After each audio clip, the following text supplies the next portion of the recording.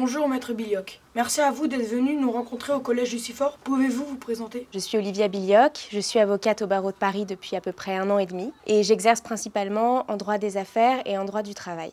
Avant que mes camarades vous parlent des États-Unis, on voudrait savoir si c'est difficile de défendre son client. Le droit de la défense fait partie des droits fondamentaux de chaque personne. C'est d'abord s'assurer que les enquêteurs et la justice ont fait leur travail et que la personne a pu être entendue sur les faits qui lui sont reprochés. Et c'est aussi faire en sorte à la fin que la sanction est adaptée. Est-ce qu'on est mieux payé en tant qu'avocat aux États-Unis? Oui, généralement les avocats sont bien mieux payés aux États-Unis, mais il faut voir que la vie est également plus chère là-bas. Donc proportionnellement, ça doit être à peu près équivalent.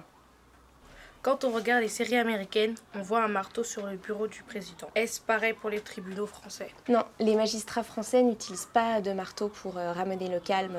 Dit-on votre honneur? Non plus. On dit Madame ou Monsieur le Président. Pourquoi ne jure-t-on pas en France sur la Bible et le Coran? Alors il y a en France une séparation entre l'Église et l'État. Voyez-vous d'autres différences visibles à l'écran? Alors oui, souvent dans les films ou dans les séries, les avocats tirent un nouvel argument de leur chapeau et ça donne un effet de coup de théâtre. En pratique, c'est impossible, en tout cas en France, puisqu'il y a un principe qui s'appelle le contradictoire, c'est-à-dire que tous les éléments qu'on va présenter au juge doivent avoir été présentés auparavant à l'autre partie.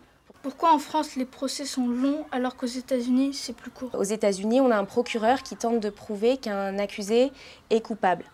Et il enquête uniquement à charge. En France, on a un système qui est différent puisqu'on a un juge d'instruction qui est chargé de mener cette enquête à charge et à décharge. Et donc, il essaye à chaque fois de se rapprocher de la vérité. Cette phase est assez longue.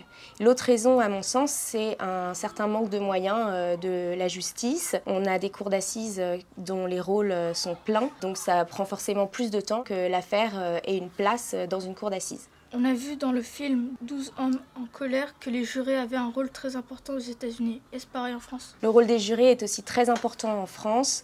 Ils siègent dans les audiences à la même table que les magistrats et ils votent ensuite à bulletin secret après avoir participé aux délibérations avec les juges professionnels. Ils votent sur la culpabilité de l'accusé mais aussi sur la sanction qui sera éventuellement prononcée.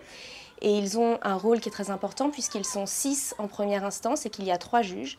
Et donc il y a 6 voix sur les 9 qui appartiennent au jury. Est-il possible en France de payer pour terminer le procès plus vite ou pour une caution? En droit pénal, si la juridiction est saisie de l'affaire, il n'est pas possible d'éviter le procès. En revanche, quand on est uniquement sur la partie dommages et intérêts, il peut y avoir des arrangements qui sont possibles, mais il faut que la victime soit d'accord.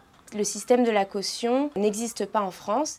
Est-ce qu'un Français commettant une infraction aux États-Unis ou dans un autre pays est-il jugé en France? Il existe un principe en droit français et dans le monde selon lequel c'est l'État sur le territoire où les faits ont été commis qui est compétent pour juger la personne qui est mise en cause.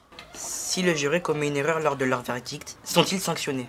Il peut y avoir des erreurs judiciaires, ce ne seront jamais les jurés qui seront sanctionnés. La victime de cette erreur judiciaire pourra effectivement être indemnisée par l'État. Quelles sont les défaillances du modèle inquisitoire français et du modèle accusatoire américain? Alors pour le modèle inquisitoire français, c'est vraiment le juge qui dirige le procès depuis l'enquête jusqu'au jugement. Et donc le rôle de la défense ou même de la victime est assez réduit. Le procès concerne plus l'intérêt général. Sur le modèle américain, qui est beaucoup plus accusatoire, au contraire, il ne s'appuie pas suffisamment sur la notion de vérité. Et le procès est plus un affrontement entre, d'un côté, l'accusation et de l'autre côté, la défense. Et le juge n'a qu'un rôle d'arbitre, finalement, entre des intérêts complètement contradictoires. Quel est le modèle qui rend le mieux justice, sachant qu'il y a peine de mort et notion d'argent aux États-Unis? Selon moi, aucun des deux modèles n'est parfait. Je pense qu'il est important de conserver un modèle dans lequel il y a un juge indépendant qui essaye de faire sortir la vérité. Et donc, à ce titre, je trouve que le modèle français est plus juste que le modèle américain. Ensuite, sur la notion d'argent, ça introduit forcément une inégalité entre les personnes mises en cause, dans la mesure où un prévenu pourra être libéré avec une caution aux États-Unis.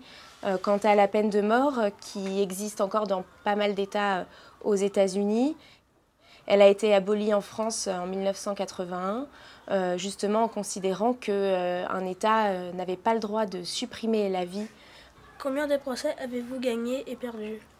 Alors je n'ai pas les chiffres exacts en tête, mais j'ai quand même l'impression d'avoir plus souvent gagné que perdu les dossiers sur lesquels j'ai travaillé. Mais il faut savoir que parfois une affaire est tellement mal partie que finalement quand on ne perd pas complètement, on a l'impression d'avoir gagné. Merci beaucoup maître pour avoir répondu à toutes ces questions. Merci à vous de m'avoir écouté et accueilli dans votre collège. C'était très intéressant. Merci.